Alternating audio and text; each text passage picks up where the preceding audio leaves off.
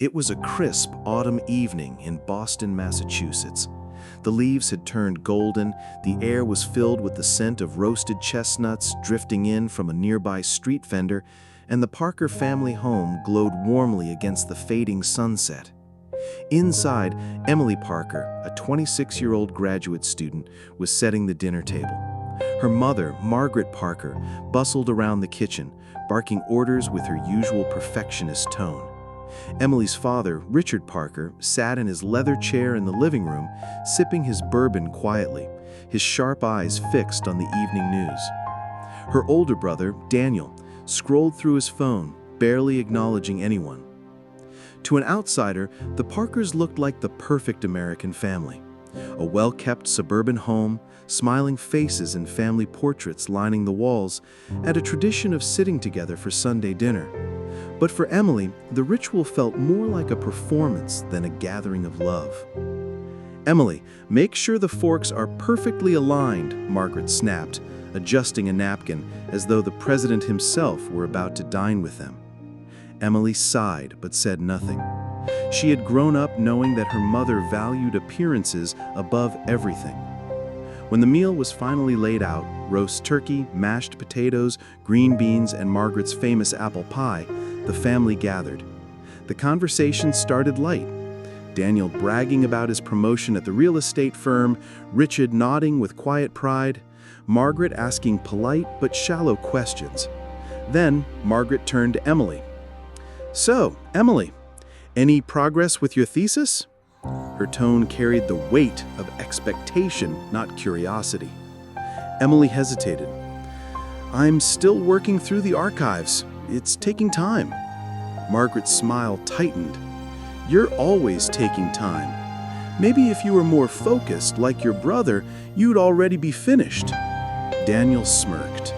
Richard sipped his bourbon. Emily's stomach tightened, but she forced a polite smile. The evening went on with the usual rhythm of subtle jabs and polite facades. But just as dessert was about to be served, Emily excused herself to the upstairs bathroom. Instead, she wandered into the attic, a place she hadn't been since childhood. The door creaked open, dust swirling in the dim light. Boxes labeled Christmas and old clothes lined the walls. But what caught her attention was a smaller box, tucked away behind a trunk. On the lid, in her mother's elegant handwriting, were the words, "Do not open." Her heart pounded. She hesitated, then slowly lifted the lid. Inside were old letters, photographs, and legal documents. One photograph made her breath catch. A baby wrapped in a hospital blanket with a name tag on the wrist. But the name wasn't Emily Parker. It was Emily Carter. Emily froze, staring at the photograph, her mind racing. The family downstairs laughed over pie, their voices muffled by the ceiling. For the first time in her life, Emily felt a chilling question settle deep into her chest. Was everything she knew about her family a lie? Emily's fingers trembled as she held the photograph. The air in the attic felt heavier, as if the walls themselves were holding secrets too old and too dark to breathe freely. Dust motes floated in the faint light, and the faint sound of laughter from the dining room below felt cruelly distant. The tag on the baby's wrist read, "Name, Emily Carter. Date of birth, November 14th, 1996. Mother, unknown." Her pulse quickened. Carter? That wasn't their family name. And mother, unknown? How could that be? She tried to steady her breathing as she reached deeper into the box. The first stack of letters was bound by a ribbon. Emily untied it carefully. The handwriting inside wasn't her mother's. These letters were desperate, pleading. "Please, Margaret, I can't raise her on my own. You and Richard promised to take care of her. Please, don't shut me out." Emily blinked, her stomach dropping. Who was writing to her mother? Who was her? The next letter answered her fear. "Emily deserves the truth one day. She has a right to know I am her real mother. Her chest tightened, tears threatening her eyes. Real mother? Her breath came shallow, heart thudding in her ears. She rifled through the box until she found an envelope stamped with the seal of the Massachusetts Department of Child and Family Services. She ripped it open, skimming the words. Adoption records. Emily Parker had been adopted at 3 months old. For a moment, the attic seemed to spin. Her entire life, her family dinners, the photo albums, the traditions her mother forced so perfectly, suddenly felt staged, an illusion. And then she heard it. A faint creak of the floorboard behind her. Emily spun around, clutching the documents to her chest. In the dim light, she saw the outline of a figure standing in the attic doorway. Her mother, Margaret, her expression sharp and cold, not surprised in the slightest. "So," Margaret said evenly, her voice like ice, "you finally found it." Emily's throat tightened. What is this? Who am I really?" Margaret stepped forward, her heels clicking softly on the old wood. "You are my daughter. That's all you need to know." "No," Emily whispered, shaking her head. "That's not true. These letters, this photo." Margaret's eyes narrowed. "You shouldn't have gone through that box. Some truths destroy families, Emily. Do you really want to unravel everything we've built?" Emily's hands shook, but her voice found steel. "Families built on lies aren't families at all." Margaret stared at her for a long, tense moment. Then, with a chilling calm, she reached out and closed the box. "Put everything back, now, and you will never mention this again. Not to your father, not to Daniel, not to anyone. Do you understand?" Emily looked into her mother's eyes, and for the first time in her life, saw not the face of a parent, but of a stranger guarding a dangerous secret. Downstairs, the sound of clinking glasses echoed through the house, but in that attic, Emily knew something had shifted forever.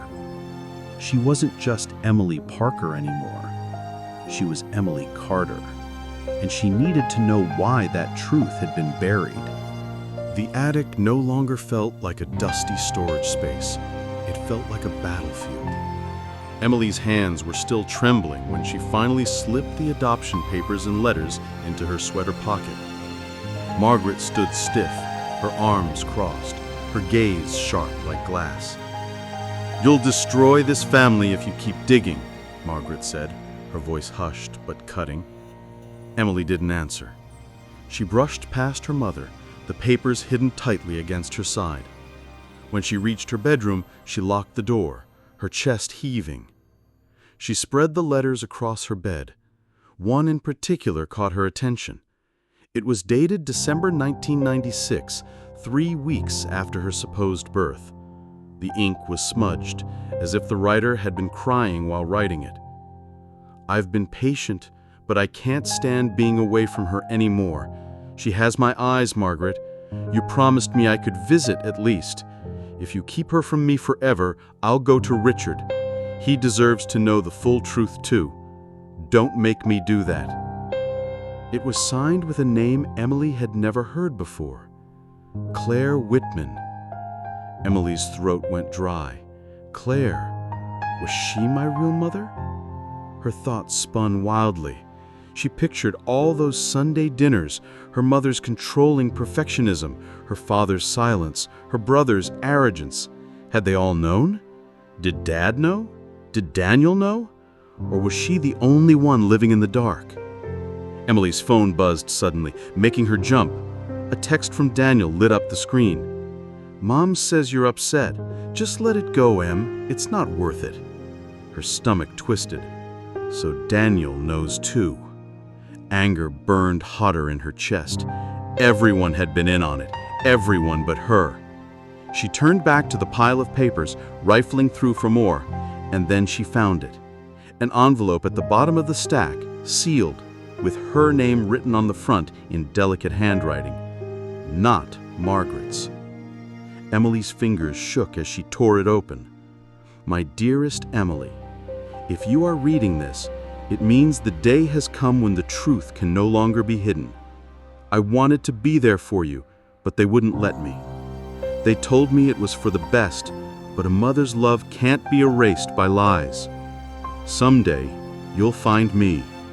And when you do, you'll learn everything. Don't believe everything the Parkers say. They took you in, but they also took you from me. It wasn't signed with a full name, only one initial, C. Emily's vision blurred with tears. Her heart raced as a mix of grief, rage, and determination surged through her. This wasn't just about her identity anymore. It was about betrayal, about everyone she had trusted conspiring to bury the truth. Downstairs, she heard the faint clatter of plates being washed, Margaret's controlled voice scolding Daniel about leaving crumbs on the counter. Everything seemed so normal, so fake. Emily folded the letter, tucking it into her pocket with the others. She whispered to herself, her voice steady despite the chaos inside her chest. They think I'll let this go, but they have no idea. In that moment, Emily made a silent vow. She would track down Claire Whitman. She would uncover the truth no matter what it cost. And when the truth came out, the perfect Parker family would never look perfect again. The following evening, the Parker household felt different. The usual polished silence of their Boston home was gone. Instead, there was a strange heaviness in the air, like everyone knew something unspeakable was waiting to surface.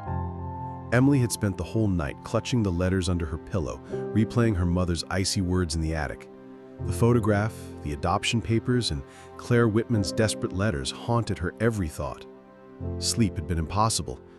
When she finally came downstairs the next day, she found her entire family seated around the dining table, at an hour when no one usually gathered. Margaret at the head, her posture stiff, hands folded like a judge about to deliver a sentence. Richard sat beside her, his face unreadable, his bourbon glass already half empty despite it being noon. Daniel leaned back casually, arms crossed, wearing that same smug grin that made Emily's blood boil. Margaret's eyes locked onto Emily's the moment she entered. "Sit down," she commanded. Emily hesitated, then pulled out a chair across from her brother. Her pulse was loud in her ears. Margaret began, her voice sharp and deliberate. "You went into the attic. You saw things that were never meant for you. We need to put this nonsense to rest before it goes any further." Emily's jaw clenched. "Nonsense. You lied to me my entire life." Richard shifted uncomfortably, his gaze fixed on his drink. He muttered, "It was for the best, Emily. You were given a better life than you would have had otherwise." Her eyes widened. "So you knew too?" Daniel smirked, leaning forward. "Of course we knew. Did you really think you were one of us? Look at you, Em. You've always been different." Emily's chest tightened. The cruelty in his voice cut deeper than any letter ever could. Margaret slammed her hand on the table. "Enough! This family is not going to unravel over some childish need to chase ghosts. You are a Parker. That is final." Emily's voice shook, but she forced the words out anyway. "No, I'm not. My name is Emily Carter, and I have a right to know who Claire Whitman is." The room went still. Margaret's face paled, but only for a second, then she regained her composure. Her lips pressed into a thin line. "You will forget that name. Do you hear me? Claire was unstable. She was unfit. She gave you up because she couldn't handle responsibility. Richard and I saved you." Emily leaned forward, her eyes burning. "Saved me or stole me?" Richard's glass shattered as it hit the table. He stood suddenly, his face red. "Enough, Emily. Do you have any idea what your mother sacrificed to raise you? We gave you everything, and this is how you repay us?" Tears welled in her eyes, but she refused to let them fall. "You gave me lies. That's all you ever gave me." Daniel chuckled darkly. "You should be grateful, Em. Without us, you'd probably be living in some trailer park with a junkie for a mom. You really think finding her will fix anything? Newsflash, it won't." Margaret shot Daniel a warning glance, but he didn't back down. Emily stood slowly, her chair scraping loudly against the hardwood floor. Her voice was low, steady, and filled with a kind of defiance they had never seen in her before. "I will find her. I'll find out the truth. And when I do, you won't be able to hide behind your lies." For the first time, Margaret's mask cracked. Her eyes flashed with something. Fear? Anger? Maybe both. Richard muttered something under his breath, but Emily didn't stay to listen. She turned and walked out of the room, her heart pounding, her fists clenched. As the front door slammed behind her, Daniel laughed softly and said, "She has no idea what she's getting into." Margaret exhaled shakily, her hand gripping the edge of the table. "Then we'll make sure she never gets far enough to find out." The autumn wind cut sharply across Boston streets as Emily walked with hurried steps, her coat pulled tight around her. Her family's words still echoed in her mind. Margaret's command to forget, Daniel's cruel laughter, Richard's drunken anger. They wanted her to stay silent, but silence wasn't in her blood anymore. She needed help, someone outside the Parker walls, someone who wouldn't dismiss her as ungrateful. Her thoughts drifted to Rachel Myers, her closest friend since college. Rachel had always been the kind of person who believed in truth above comfort, justice above tradition. If anyone would stand by her now, it would be Rachel. Emily texted quickly. "Can we meet? Urgent. Not safe at home." Rachel replied within minutes. "I'm at the cafe near Cambridge Square. Come now." The cafe buzzed with soft chatter and the smell of roasted coffee beans. Emily spotted Rachel in the corner booth, her curly auburn hair catching the light. Rachel looked up with concern the moment Emily slid into the seat across from her. "Em, what's going on? You look like you haven't slept in days."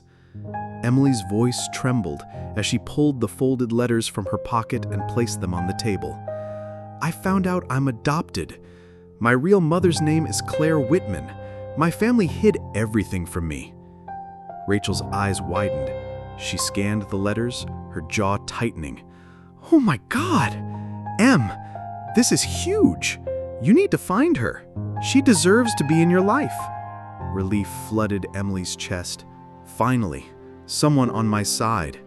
"Exactly. But my family? They'll do anything to stop me. My mom, she looked at me like I was the enemy." Rachel leaned in, lowering her voice. "Then you can't do this alone. You'll need resources, records. I have a friend at the county office who might be able to pull Claire's last known address. Let me reach out." Emily squeezed her friend's hand, gratitude spilling out of her eyes. "Thank you, Rach. I don't know what I'd do without you." That night, Emily returned to her apartment instead of going back to the Parker house. It was the first time she had chosen distance over compliance, and though it scared her, it also gave her strength. 2 days later, Rachel called. "Good news," she said. "I got an address. Claire Whitman, a small town in Maine. It's a couple of hours' drive." Emily's heart soared. "Are you serious? This could be it. This could be her." But Rachel's voice hesitated on the other end. "There's something else. Em, are you sure you want to do this? Sometimes the truth, it's worse than the lie." Emily frowned. "Rachel, you told me yourself I deserve to know. Why are you hesitating now?" A pause. Then Rachel sighed. "Just promise me you'll be careful, okay?" Emily agreed, brushing off the unease in her friend's voice. But later that night, as Emily sat at her desk planning her trip to Maine, she noticed her phone buzzing. A new message. Not from Rachel. From her brother, Daniel. "So you're running off to Maine, huh? Rachel tells me you're chasing ghosts. Don't be stupid, Em. Drop it." Her blood ran cold. Her hands trembled as she read the words again. Rachel told him. Her chest tightened with betrayal so sharp it hurt to breathe. The one person she thought she could trust had handed her secret straight back to the family she was trying to escape. Her tears blurred her vision, but beneath them, rage flared hotter than ever before. They thought they could trap her. They thought she'd stop. but betrayal only made her stronger. She wiped her cheeks, grabbed the letter from Claire, and whispered to herself, "If Rachel won't stand with me, then I'll do this alone." She shoved the documents into her bag and zipped it shut. Tomorrow morning she was going to Maine, to Claire, and God help anyone who tried to stop her. The morning fog clung to the streets of Portland, Maine as Emily drove, her knuckles white around the steering wheel. Every mile felt like a step away from the Parker household and into a world she had only glimpsed through letters, photographs, and half-whispered truths. The crisp air stung her cheeks, but it fueled her determination. Emily arrived at a modest house on a quiet street, surrounded by tall pines. The mailbox read, "Whitman." Her heart raced, and for a moment, fear threatened to overtake her resolve. What if Claire wasn't there? What if it had all been a cruel hoax? She knocked on the door. A woman opened it, mid-30s, her hair a messy auburn wave, eyes wide with disbelief. "Emily?" The voice trembled. Emily swallowed hard. "Claire?" The woman's face crumpled, and suddenly Emily felt arms around her, warm, trembling, real. Her mother, the one she'd longed for without knowing, held her tight. "I thought I'd never see you," Claire whispered, tears streaming down her face. For a few moments, Emily forgot everything else. Margaret, Daniel, the lies, the betrayal. She just let herself be held, let herself feel what she had missed all her life. But reality, as always, demanded its reckoning. Claire pulled back slightly, looking into Emily's eyes. "They lied to you, didn't they?" Emily nodded, anger bubbling beneath the surface. "Every single day. They made me believe I was one of them, but I'm not. And now, I need to make them pay." Claire hesitated. "Emily, revenge is a fire. Once it starts, it can burn you too."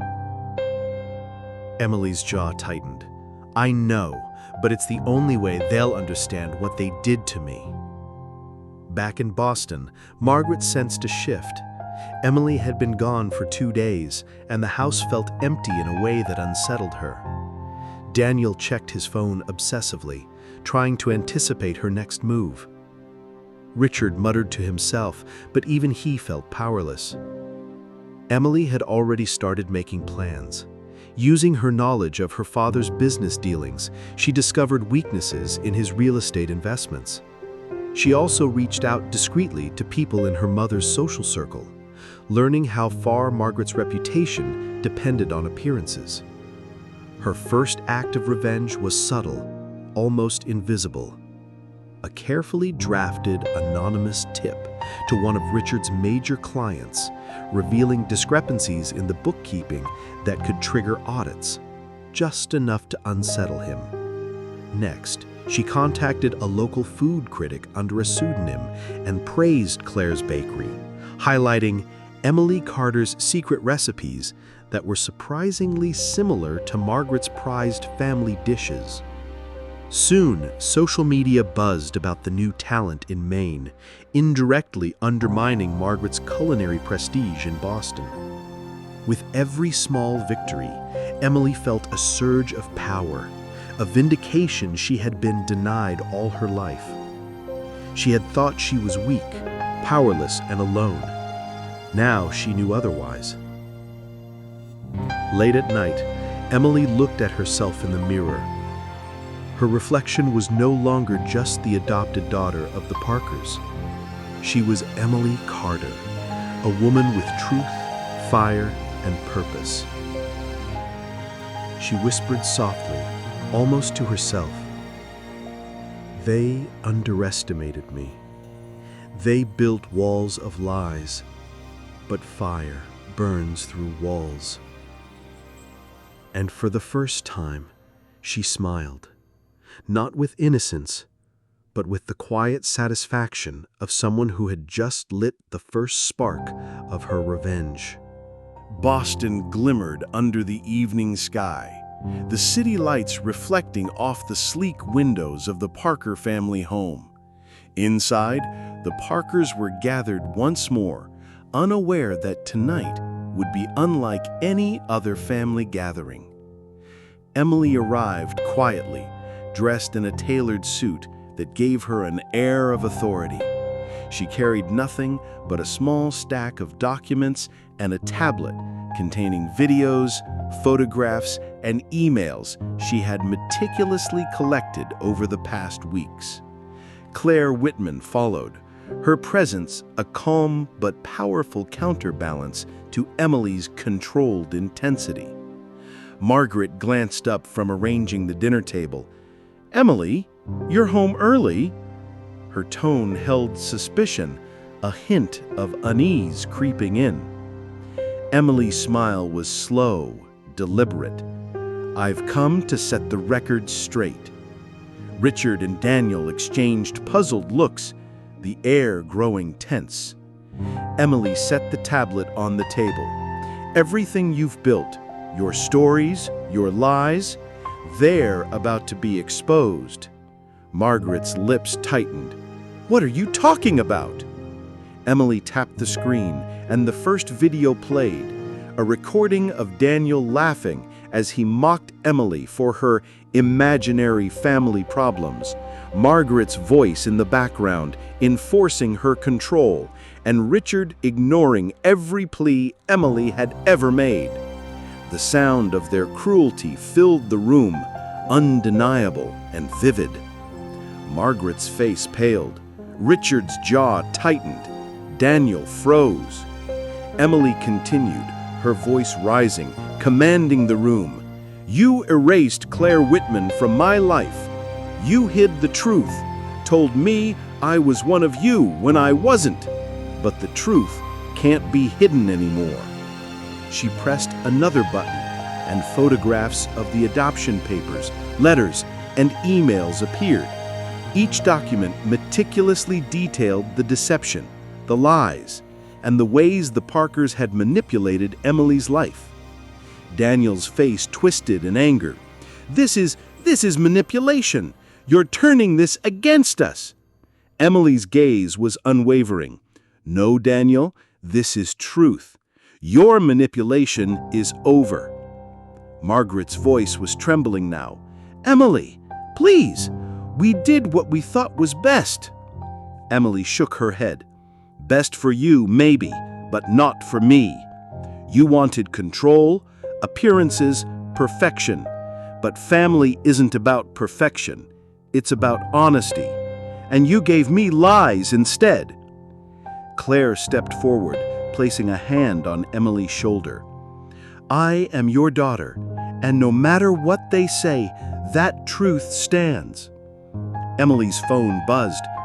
She pressed play, and a social media feed appeared, showing posts about Claire's bakery, her accomplishments, and the stories Emily had released anonymously. Margaret's culinary reputation in Boston had already begun to falter, the city murmuring with intrigue. Richard's face turned crimson. Daniel's smugness vanished, replaced with panic. Margaret opened her mouth to speak, but no words came. Emily leaned forward. "I forgave nothing. I forgot nothing, and I am no longer powerless. You can try to control your narratives, but the world sees the truth now, and so do I." For a long, silent moment, the room hung in suspense. Then Margaret finally whispered, almost to herself, "What have we done?" Emily smiled, cold but resolute. "You taught me lessons in deceit, manipulation, and control.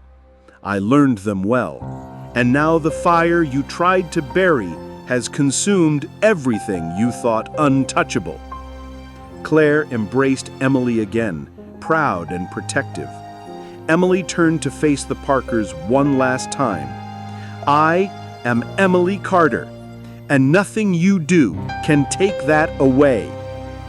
As Emily left the house with Claire by her side, the Parker family was left to confront the ruins of their lies. Their world, built on control and deception, had crumbled under the force of truth, and Emily's revenge was complete. The fire had burned through walls, the truth had been revealed, and Emily Carter, finally free, was stronger than ever. The crisp morning sun filtered through the windows of Claire Whitman's bakery in Portland, Maine. The small space buzzed with life, customers chatting, the smell of fresh bread and pastries filling the air. Emily moved behind the counter with quiet confidence, arranging trays of cinnamon rolls and croissants. For the first time in her life, she felt a profound sense of belonging. Claire watched her daughter, pride shining in her eyes. "You did it, Emily. You faced them. You took back what was yours." Emily smiled, a mixture of relief and lingering fire in her gaze. "I did, and now I can finally move forward. No more shadows from Boston, no more lies, just the truth and us." Outside, the city began to stir.